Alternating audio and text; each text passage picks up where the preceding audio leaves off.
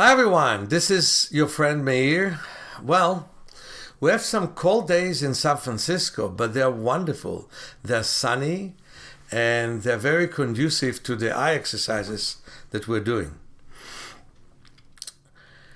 The day that I was supposed to leave Tel Aviv was on a Saturday night, which basically would have been Sunday morning, 12:55. At the early morning hours, and I was about to come here at 6 o'clock in the morning on Sunday. And I was about to have a very casual Saturday, relaxed. This is the day off in Israel.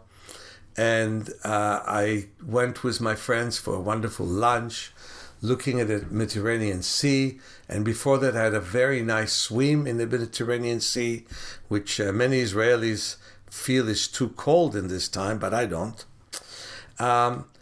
And I thought everything will be relaxed, except I was told that maybe I will be broadcast on a major Israeli TV, Channel 11, in the newsreel that they have in front of a big portion of the country, and they would have a show on the brain, and they wanted me to talk about the visual brain. So I had to stay an extra day for that. But then something else came, a phone call from Hungary. And before I tell you about that phone call, I want to tell you about the wonderful person that we were talking about in that phone call. Fanny came to us at the age of 8. Some corporations paid her money. I was very known in Hungary then because my book was translated to Hungarian. And I came for a few trips to Hungarian. She had a disease which is called spinal muscular atrophy, where basically the motor neuron cells basically die. And it's very similar to ALS, where the motor neuron cells die. Many of you know that disease like the Lou Gehrig illness, that many people knew about the Lou Gehrig, the great athlete that died from this.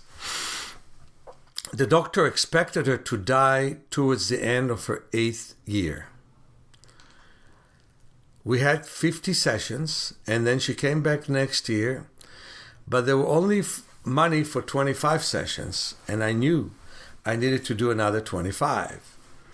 And I expressed to one of my apprentices that I wish that somebody would at least pay me half of my fee for the next 25. I did not think anything about it, but my client who was on the table brought next day a check for half of the price of 25 treatments. And she was told by the doctors again, well, she lived to be 8, she'll die when she's 9. They came to me back at the age of 10, and I had a special program where on top of the 25 treatments, I could see her in my part 2 training. And that one we saw clients for free. And she had all the treatments that she needed, and we collected some money so they'll have snacks in the airport. They were really stretched, and our class was so supportive of them. I loved Fanny. She was wonderful. She was so light and happy. We could get her to stand for 1 minute at a time. We could get her to walk in water, but the doctor said she'll be dead. Well, her mother took it seriously. Next year, she died from cancer. And I can tell you that I think that psychologically, we can affect our body very much to the worst. A year later, her father wanted to bring her, and he died. So life went on, but at the age of 22, she contacted me and my kids and told us that she's married and she is helping many people in Hungary to feel wonderful in life. And indeed they should. The girl that was supposed to die that was already paralyzed when she came to me, in her 20s, was married and was so optimistic about life. Now we return to the phone calls. On Saturday, I get a phone call from a Hungarian translator who tells me that Fanny now had shortness of breath. That's normally how they die. Scoliosis, which is a lateral movement of the spine, leads to constriction of the chest, and people cannot breathe and they die. That's what we call secondary reason why they die. Well, I was there on Sunday. So I said, okay, and I was very nervous. How would I get her breath back? She was 2 days in the hospital, and she refused to get their machine. She took a smaller inhalator, and she was able to inhale. They flew to Israel. I worked with them in her hotel room. As my apartment was not accessible, most of what I saw in my apartment was vision clients.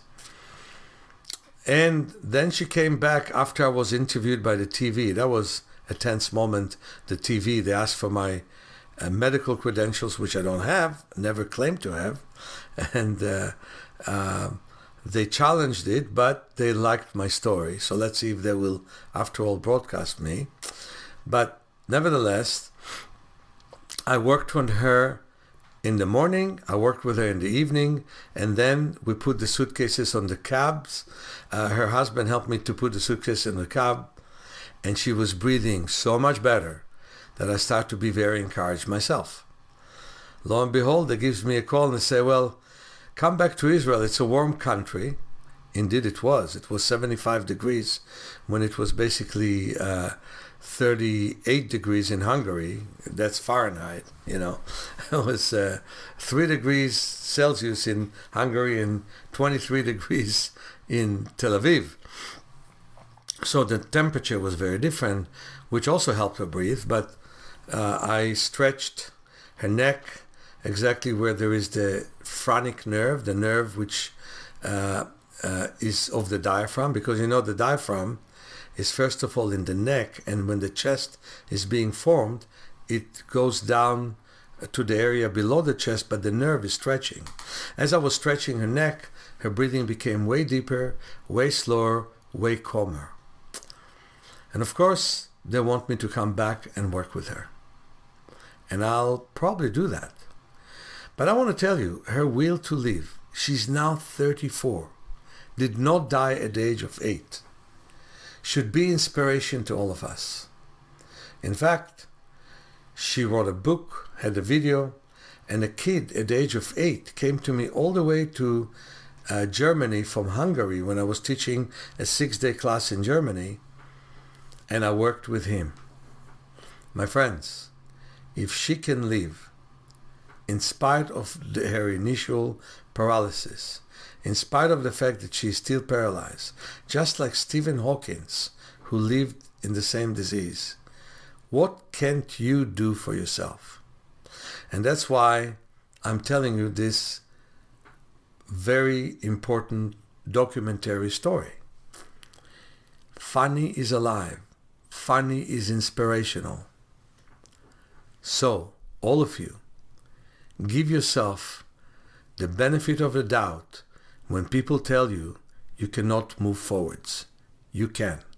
Many blessings to all of you. Meir.